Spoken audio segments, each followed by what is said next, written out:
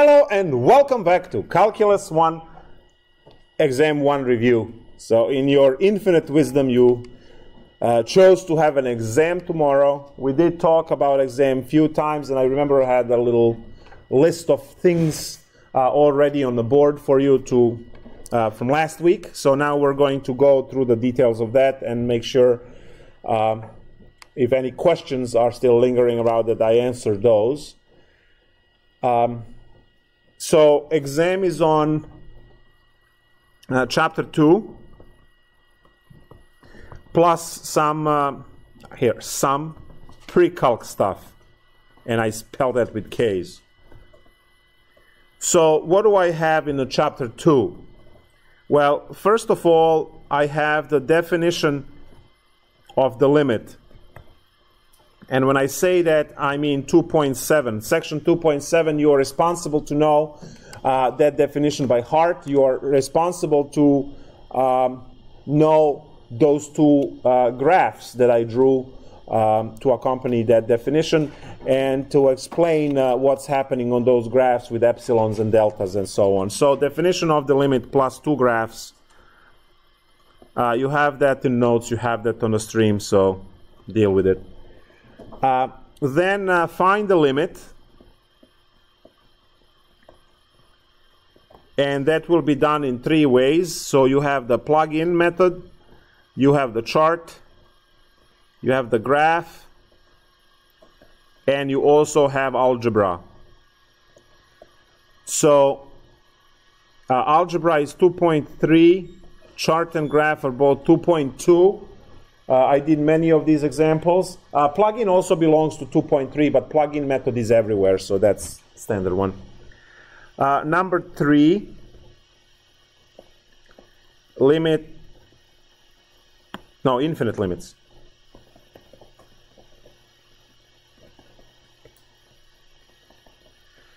Plus vertical asymptote definition, and that would be 2.4. Number 4, limits at infinity, plus horizontal asymptote, which is 2.5. Number 5 is continuity, which involves definition, theorem, calculations.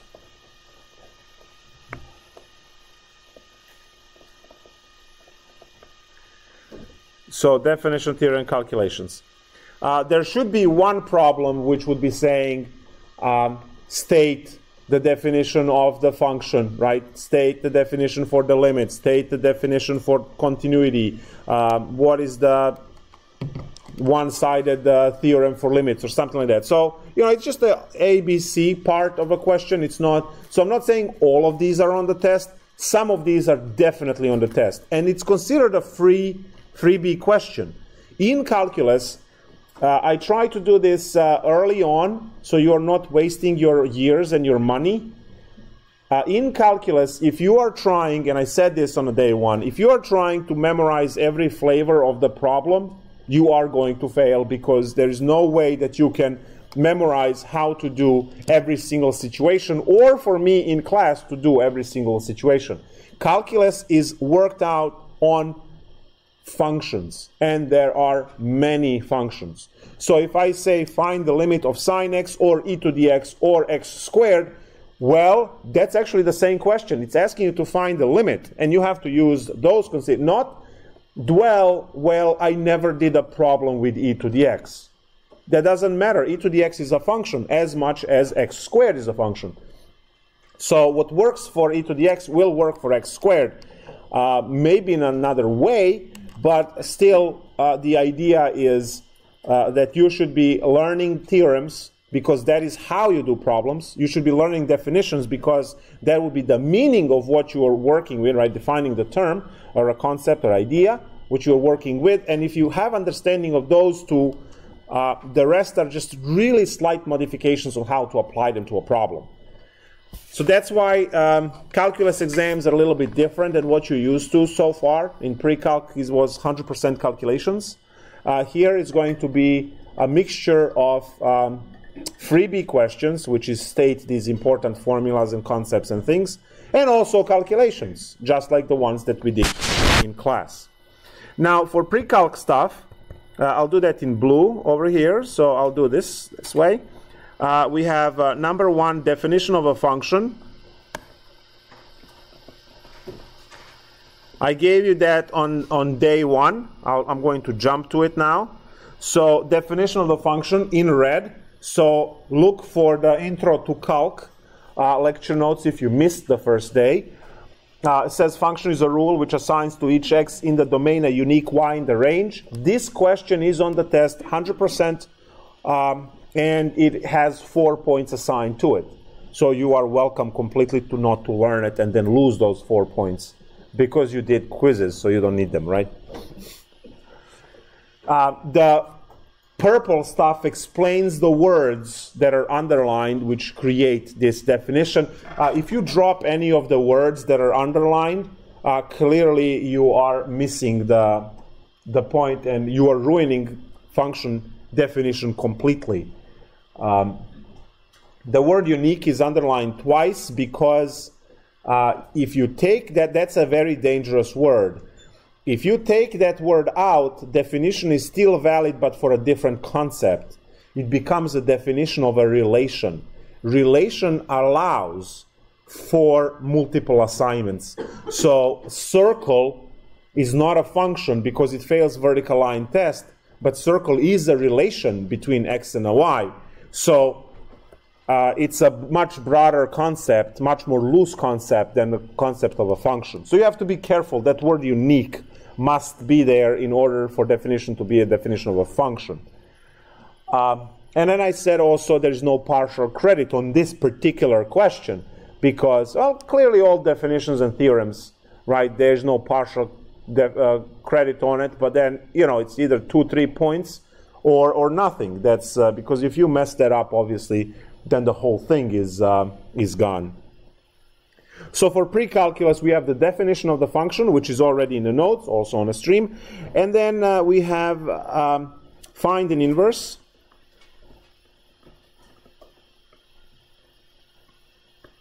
Three, function composition.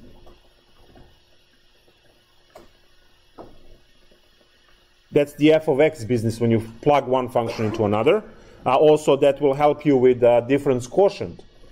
And then the last one, there are 4 over here, graphing functions. That's that shifting that we did left, right, up, down, all on the stream and notes as well. So graph functions, graph basic functions. I'm going to jump really quick back to Intro to Calc and just remind you that I have a list of all basic functions that you guys should memorize on the list. And then I also have talk about the absolute value. Function composition is there. Inverse on how to swap, right, x and y. And somewhere in here, oh yeah, here it is, the shifts that I just mentioned. So shift up, left, right, and all of these kind of things. So those are important concepts. And again, I mean, you can go back in time, and I taught this class maybe 5 or 6 times live on stream, so you can go and get older versions of the same thing. Every time I teach differently because I don't have lecture notes that I follow. I just show up and, you know, and say things. So every single lecture is different from time. And I use different examples every time. I don't do the stuff from the book. For most of the time, I don't do examples that are done in the book because you guys know all the letters and you can read that on your own if you're interested, right? No need for a middleman to regurgitate information for you. If you're interested, you'll read it. So this is the list of things for the exam 1. You see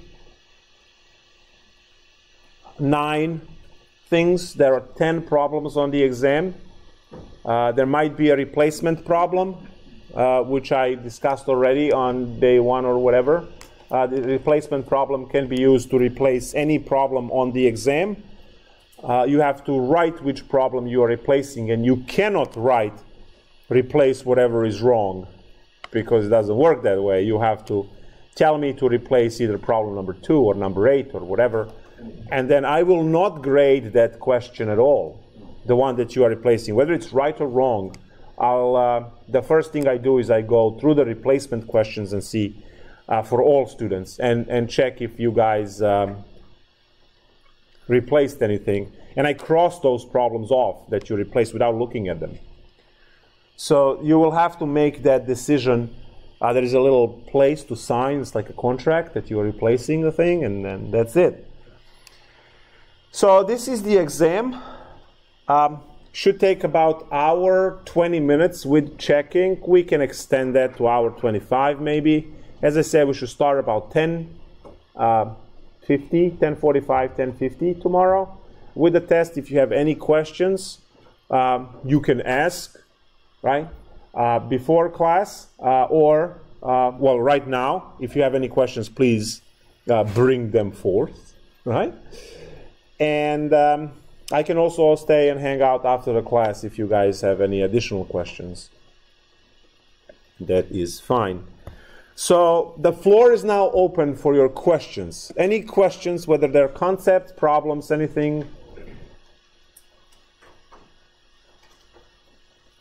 Yes? Can you go over a Squeeze Theorem problem? Sure. Do you have it? No, I'm just anything in general. Well, there's an example we did in class. I didn't open the book yet. You should, yeah, I wasn't specific enough. When you say, can you go over, that means go over the theory for it. Can you do a problem? You need to give me a problem, because I'm definitely not going to work out the problem that is on the exam if there is a Squeeze theorem on the exam, right? So that's why during the review sessions like this, you're supposed to have the problems ready on your on a sheet of paper or something, and then just ask a specific question. Because this open-ended now, it's, you know, I'm going to pick something from homework, and then the high school mind might wake up and say, but the problem on the test was different than the one you picked on the review, right? And then I have to explain in how many ways you're wrong to say that. So it's better if you have whatever questions you have on the paper and then just ask those. But I'll pick something because I haven't made that clear. But we have that for exam 2 and 3 and final, right?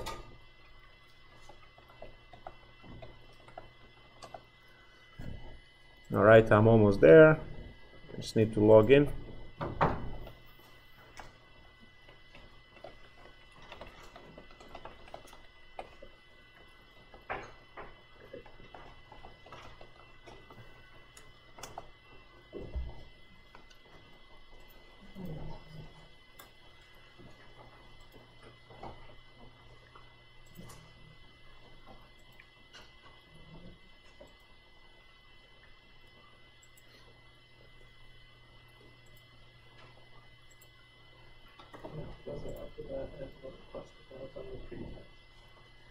Okay, let's solve the pretest question because this is taking forever to log in. Oh, there it is. Now I logged in. Squeeze theorem.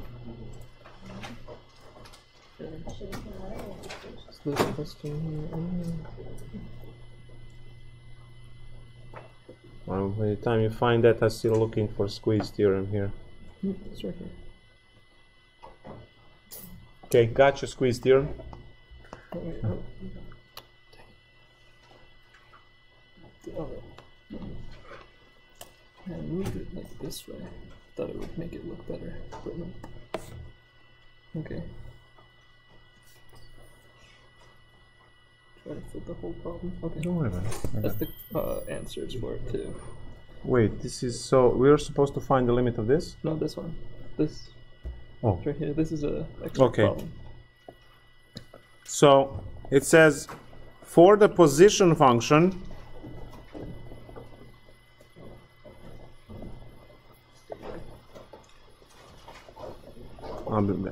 So for the position function, s of t equals negative 16 t squared plus 112 t. Complete the table shown below with the appropriate average velocities. Then make a conjecture about the value instantaneous velocity at t equals to 2.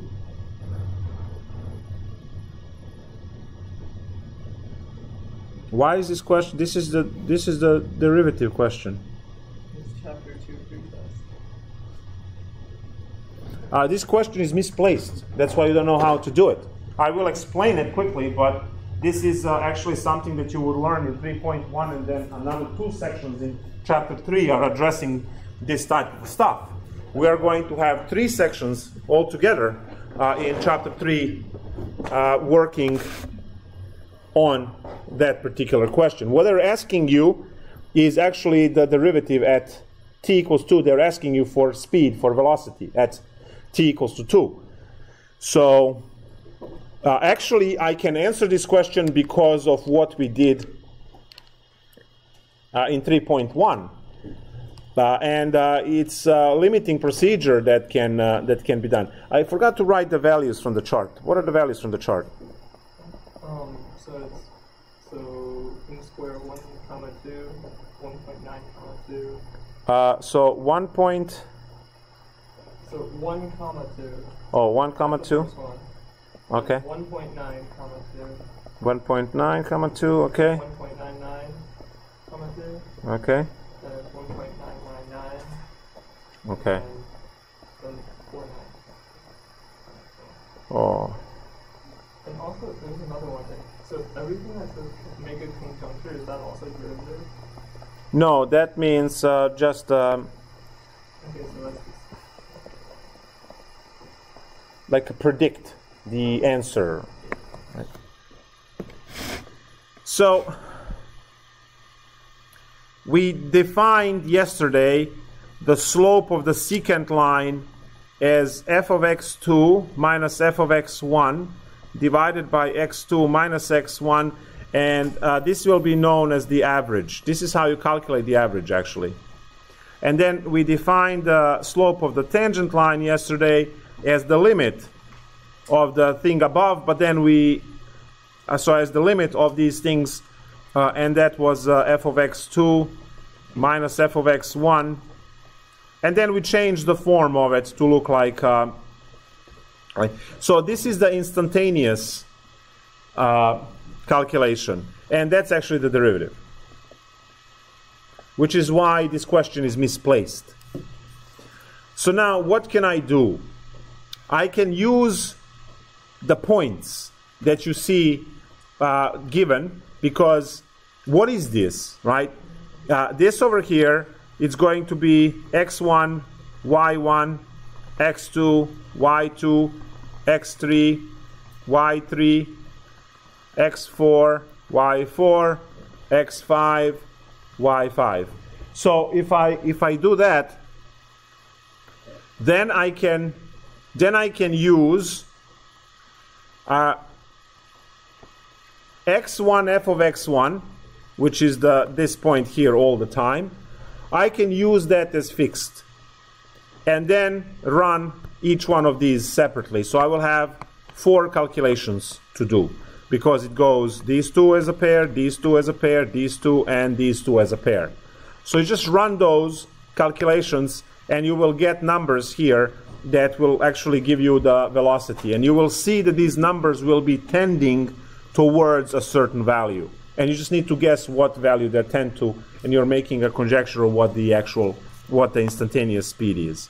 So you would actually have to run these, you will have to run 4 calculations, and you can label those calculations 1, 2, 3, 4, so you know where they are on the paper. But again, this is more prep for your next exam than for this exam, because it's a concept of a speed. So now for calculation 1, you will have that velocity, which is average velocity, right, is going to be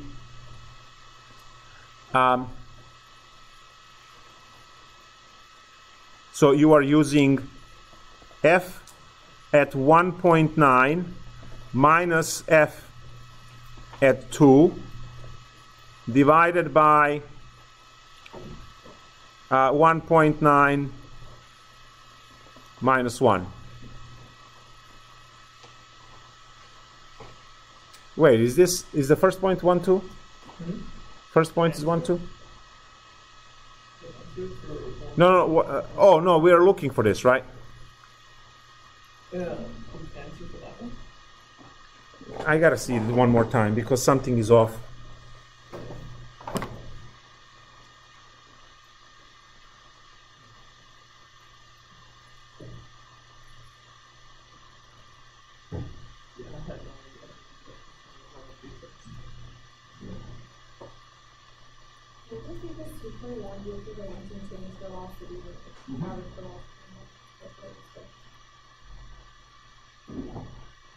Yeah, which is actually just chapter 3.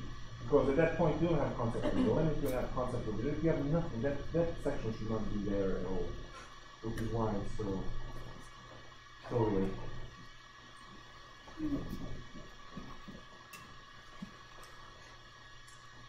These are not points, these are time intervals. There we go. Alright, so these are time intervals. There's not a point in time. Okay. So these are intervals. So all of this has to erase now. Time interval.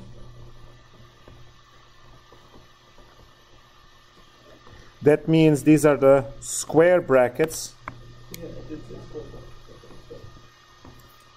Square brackets as, okay, now we got this. Now this is now it's easy. So we don't have to do any of the matching I did before. So this is going to be much easier now. Okay, good. So we are going to have now we're going to have 5 calculations. Okay, we're going to have 5 calculations, and this is your x1, x2, x1, x2, x1, x2, x1, x2, x1, x2. Okay, much better. So we're going to have 5 separate calculations. So calculation number 1. So velocity is going to be a position at time, I put x's, it's supposed to be t's, whatever. So t2 minus s of t1 divided by t2 minus t1. Now we have to calculate negative 16 times 2 squared plus 112 times 2 minus at t1. So these are not x's, these are t's. That's the input. That's fine. Times, and then you compute the same function at 1, and that gives you the numerator.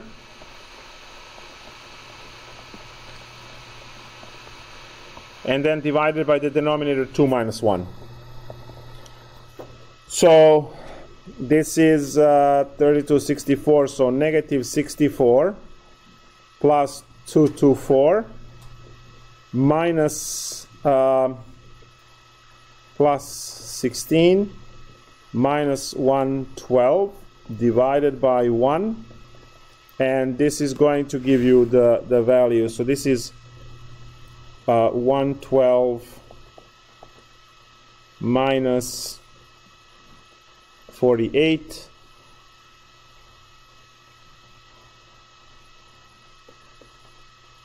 over 1. So that's 64. So the first value that we calculate is 64 over here for the velocity.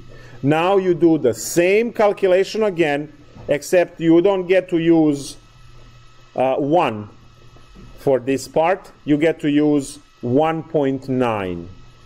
So if I wanted to, well, to calculate this now, I'm going to take this thing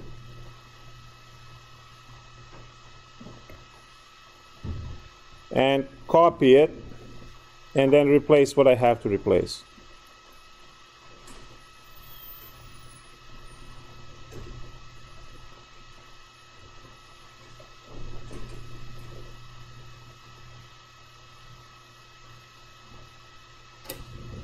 So now these ones are actually supposed to be 1.9, and then you compute again. Now obviously calculation now becomes more annoying.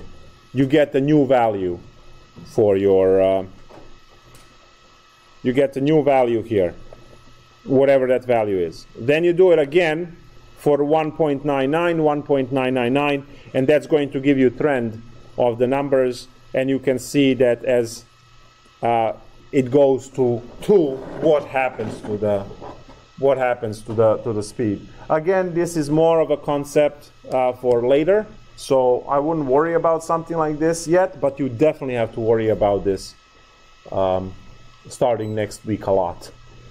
So as I said, 3 sections will be covering these concepts together. We already had 3.1, and then there will be additional 2 sections in chapter 3 that will put all of this together. So don't worry about this yet.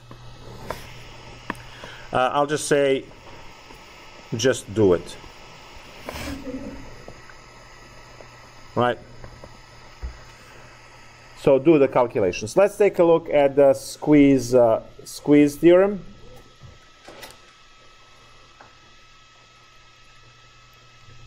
So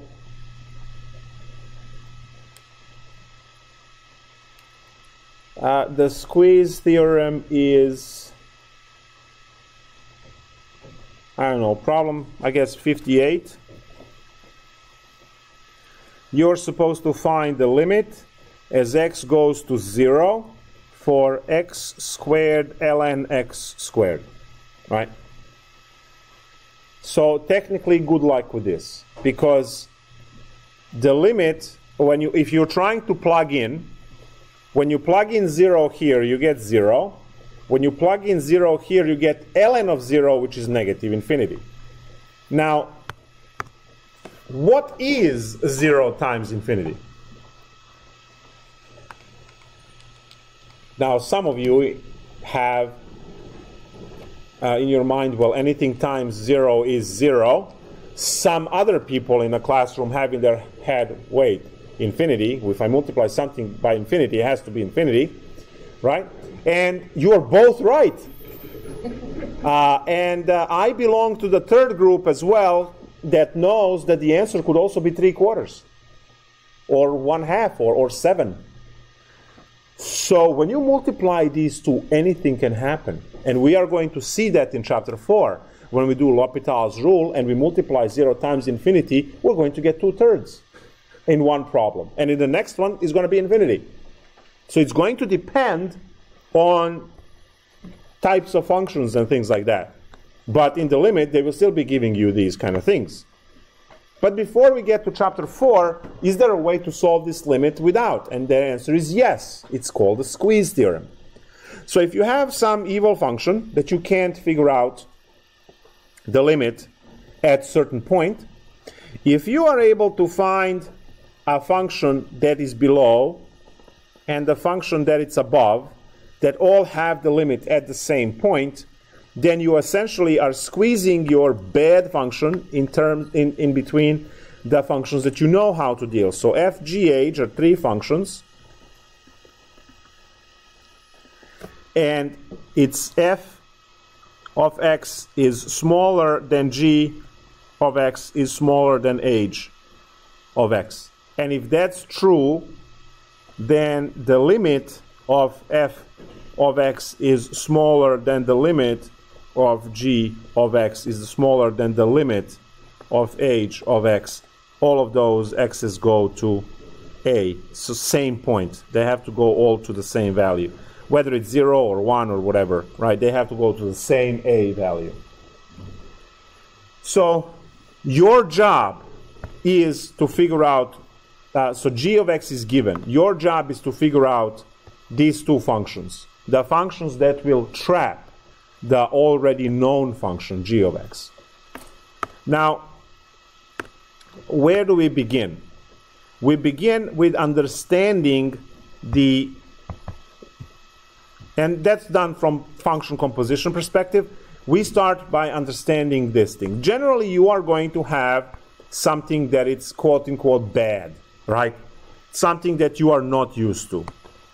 So if I have basic knowledge of ln, and I should, so ln x graphs this way, going through 1, right? And then I say, okay, fine, what happens if I have ln x squared? In which way would that change the graph? Question number 1 is, do I have anything negative? And the answer is no. I can't have anything negative, because any negative value when squared becomes a positive value. We know that, right? So now the graph is going to change. And you can actually use your graphing utility to figure out exactly. Obviously, we will be graphing this by hand in chapter 4. Section 4.3 is, let's graph this by hand, without any technology use. But for now, what you know is when you square 1, right, you get 1, right? So this point is exactly at the same spot. And then everything else is just going to grow faster because all of the answers are squared, right? What's important also to realize is that you are getting a negative branch as well, because it doesn't matter on the input whether you have a positive or a negative value, right? Positive or a negative value, they're all going to work out just fine when squared and give you positive numbers. So at least this much of a graph should be clear, right?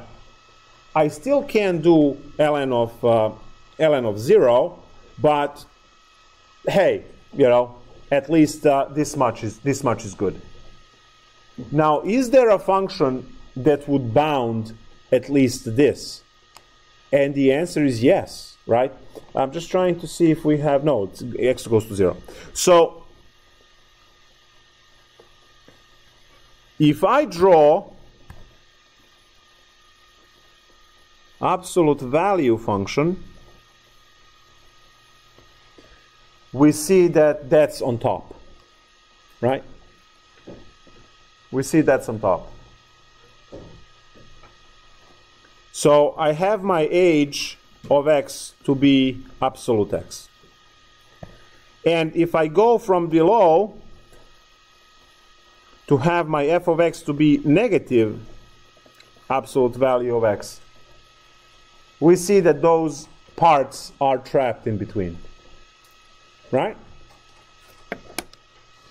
Now, just for the sake of time, I'm not going to actually do the entire procedure for from chapter 4 to graph this thing. I'm going to cheat like everyone else and just ask my trusty calculator on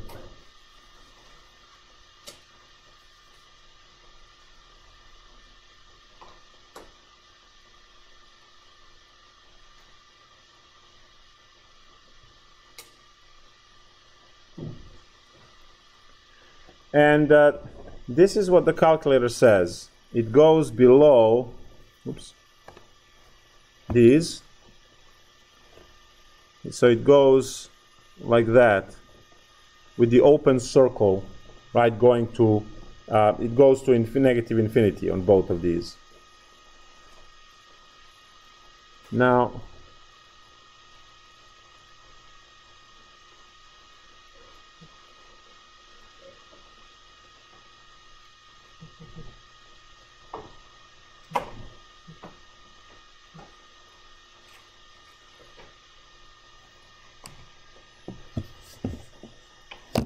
So, can we use the squeeze theorem on this one?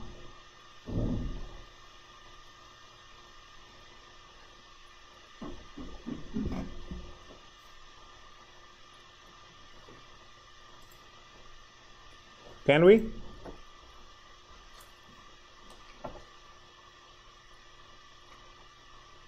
Is your function trapped? No.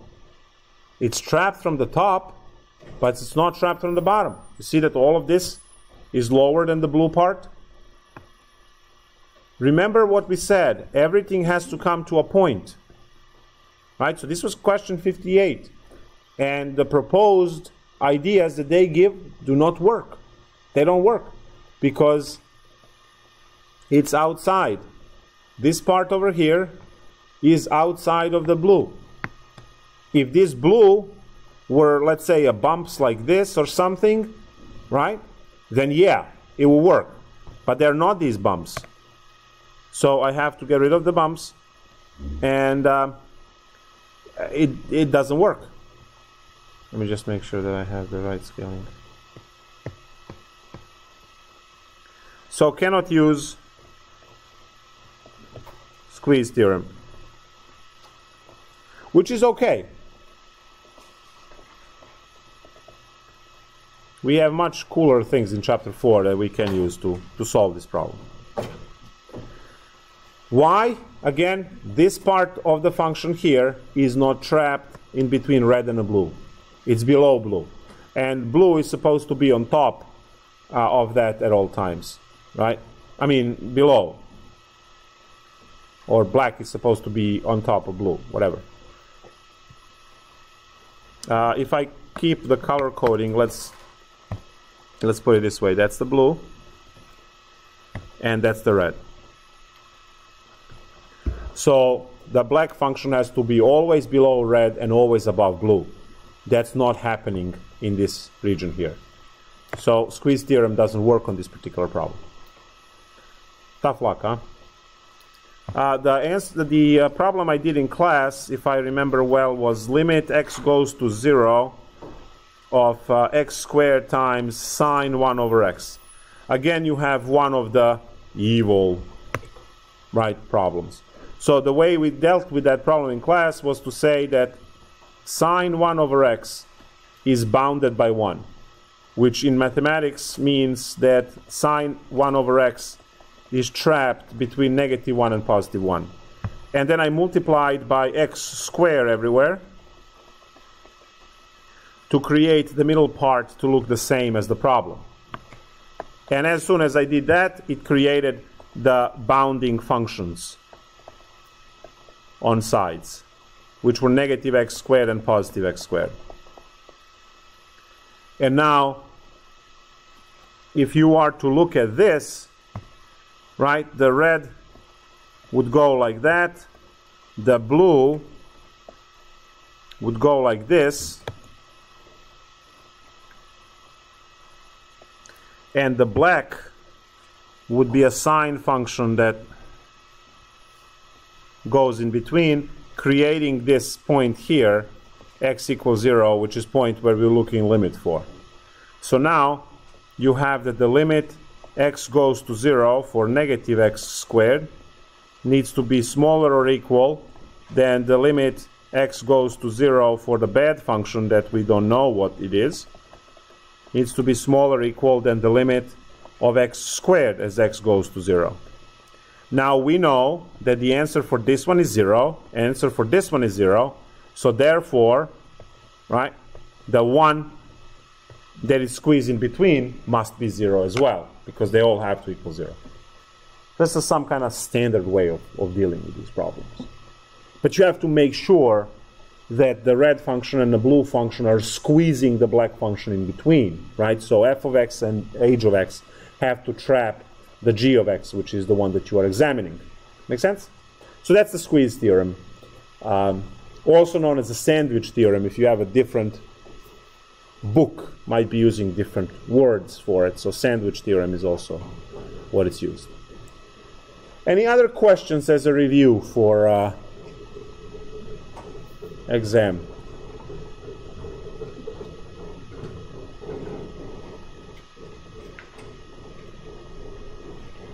Yes. For the vertical asymptote, Mm-hmm. can you just repeat the definition of it real quick?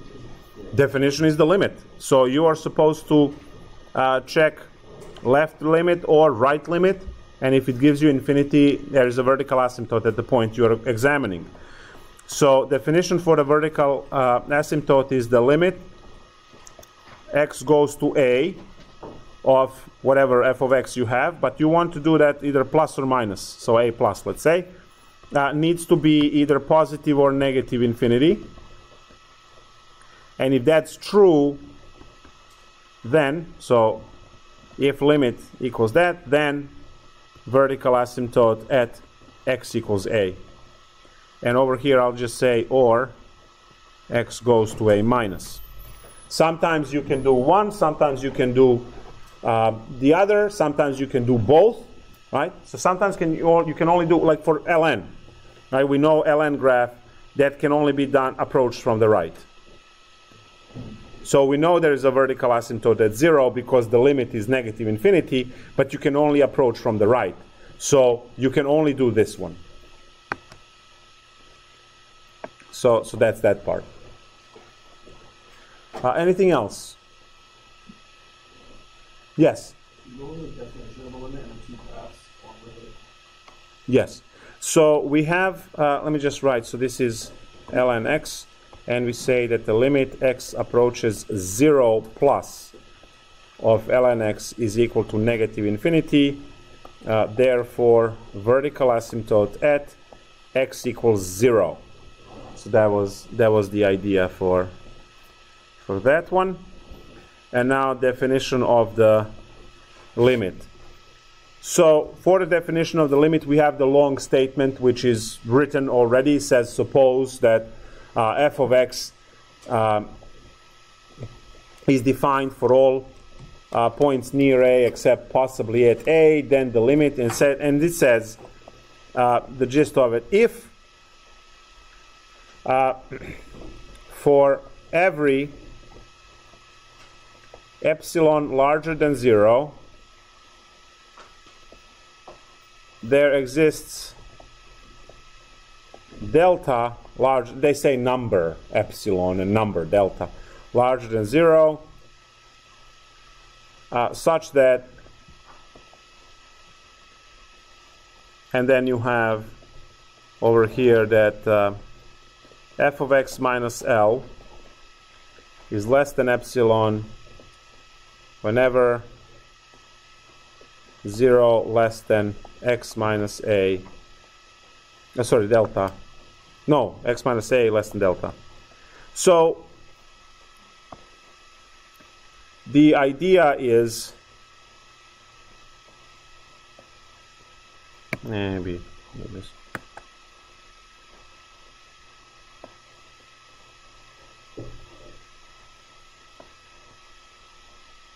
So idea is that you have some value a, which is you are looking for the limit as x approaches a of f of x to give you L. So that is going to have the limit L. What we are saying with this definition is that you can create a tube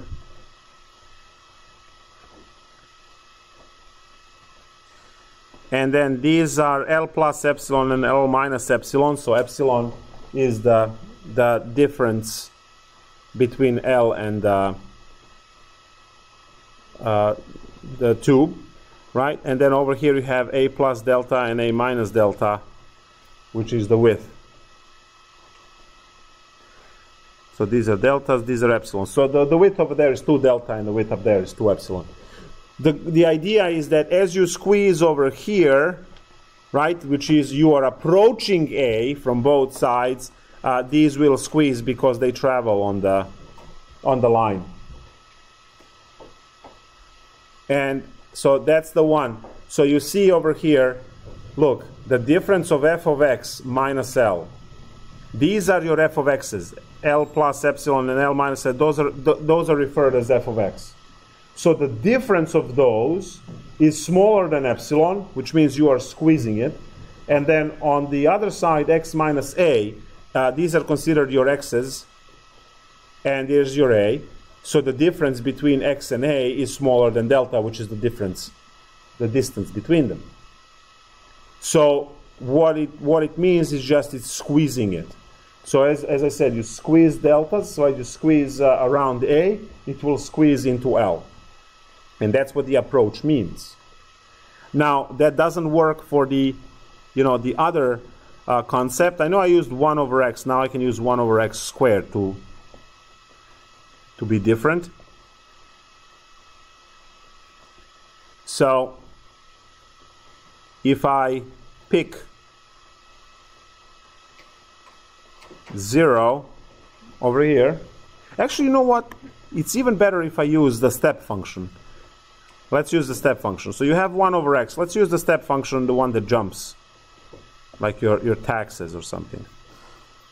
So let's say you have a function like this, and then it jumps over here, and it goes like that. It doesn't matter, right? So now what happens at a? This is a situation when there is no limit. As you set your epsilons, right, you would like your answer to be here, right? That's where you would like L to be. It's not, but you would like that. Now look what happens as you counter the tube. The tube is this. So this point, and then this point. So this is just stage 1. And then what are you going to do? So this is your delta, this is your delta. And then you are going to squeeze. So now it's the blue squeeze. Let's go half of it. You see that you are getting closer, right, to the point that you want. This point stays where it is. So it's not squeezing from the bottom. You see that? So it will be squeezing from the top, but it's not squeezing from here, so they will never get into a squeeze like here to give you L, because this point always stays. So this one will travel like this, and travel and travel and travel, and eventually get infinitely close to this point here, but this one never moves.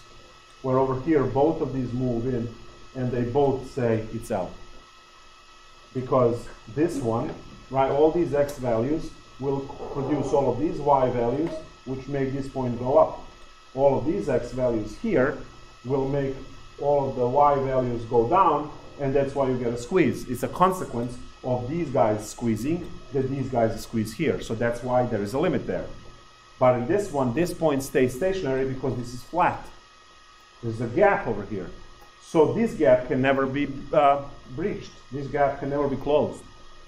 So this one will approach, as you approach from the right, the blue one travels down and says, yeah, that should be the answer, but this one over here is an issue because that one always stays there. So that one never squeezes, and because one side never squeezes, there is no limit.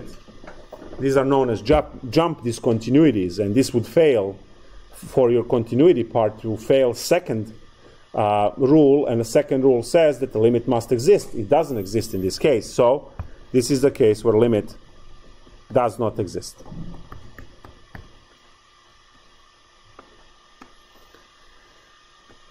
Any other questions, concerns for the review?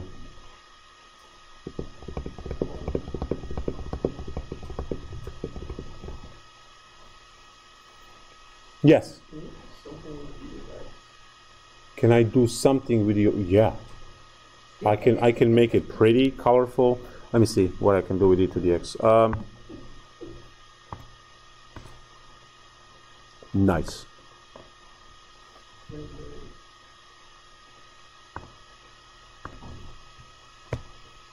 Can I do something with e to the x? Look at that. Bam. I can. Any other questions?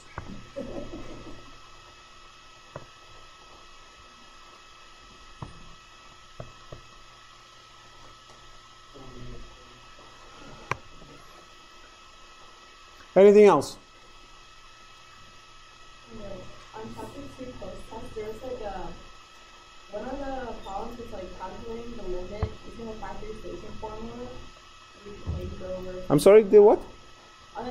There was like a problem on Okay. the chapter 2 post-test about calculating the limit with the factorization formula. Yes, we are.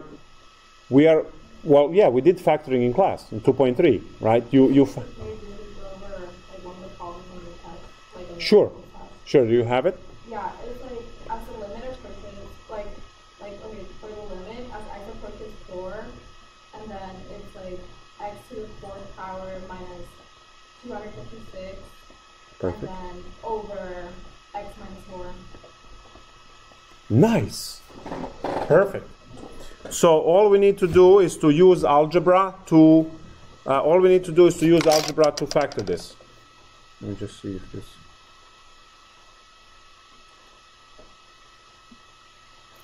Yeah. Gotta collect my energy.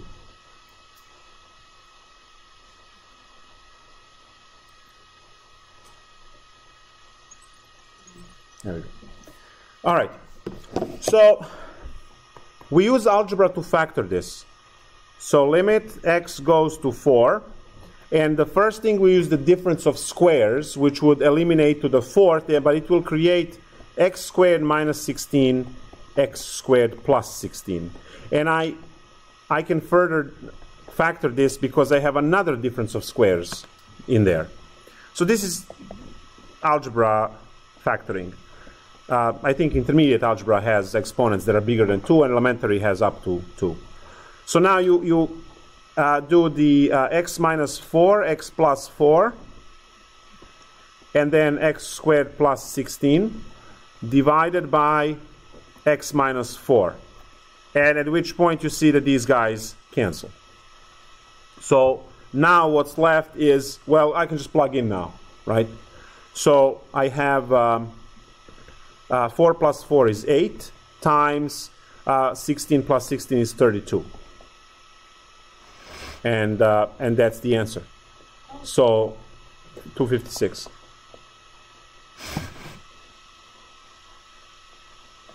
Now, not everyone is going to have the same problem on the practice test because, again, it generates on the spot. But you might have, let's say, x to the 4th minus 81 divided by x minus 3. Right? It's the same problem, it's just different numbers. So it's the same factoring and same everything. Yes? Why can't we just plug in the 4? To begin with, because you get limit 0 divided by 0. When would you guess that the answer for that is 256 as you divide 0 by 0, right? Because 4 to the 4th power is 256. 256 minus 256 is 0. And then 4 minus 4. And we said last week, when we did this for the first time, you should check every limit question you have. You should try to plug in. If you get over 0, that means that that method is wrong for that problem. So as soon as you see divided by 0, you have to think factoring, rationalizing, whatever other witchcraft you can get other than saying it does not exist. Because most of the grades, believe it or not, on limits, and a lot of student frustration is with that thing that, oh, I can't divide by 0, therefore does not exist. Well, the limit is 256, all right? So you cannot claim does not exist because you saw 0 in denominator. Some problems, yes, they will have it. Some problems, no. So if you are dealing with the limit of, x goes to 4 of, let's say, 3 divided by x minus 4. Now this one is undefined, right? This one definitely is, the limit does not exist. But you see that once you draw the graph, that the limit doesn't exist. Because this problem is shifted to the right 4 units, and you draw your standard thing. So this is 4. As you approach from the left, you get negative infinity. As you approach from the right, you get positive infinity. Those are not the same. Therefore, by that very important theorem that says that the left limit and right limit must be the same, and they are not, the limit doesn't exist. So over here you will have to say does not exist because limit from the left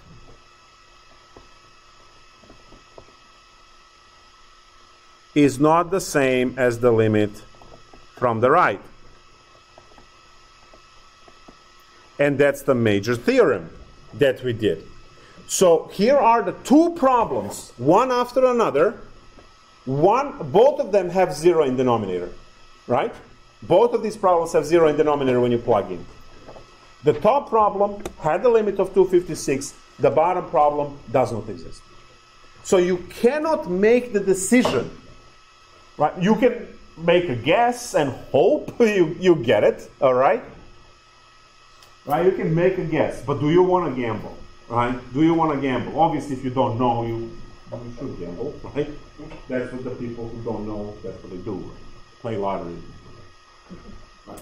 If you know the odds, you don't waste your money. It's very simple. So, if you know how to solve these problems, you will not be guessing does not exist every time you see 0 in denominator, because, as I said, some problems with 0 in denominator will have a limit, and some problems will not have a limit.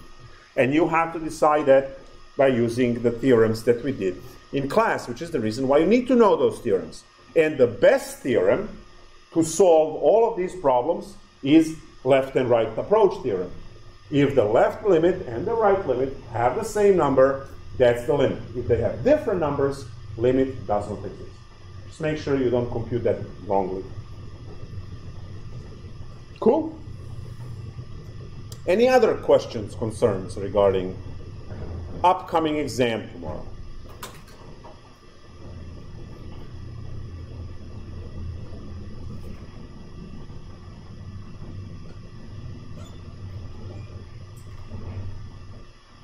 All right then. So that's the end of the review. Bye-bye.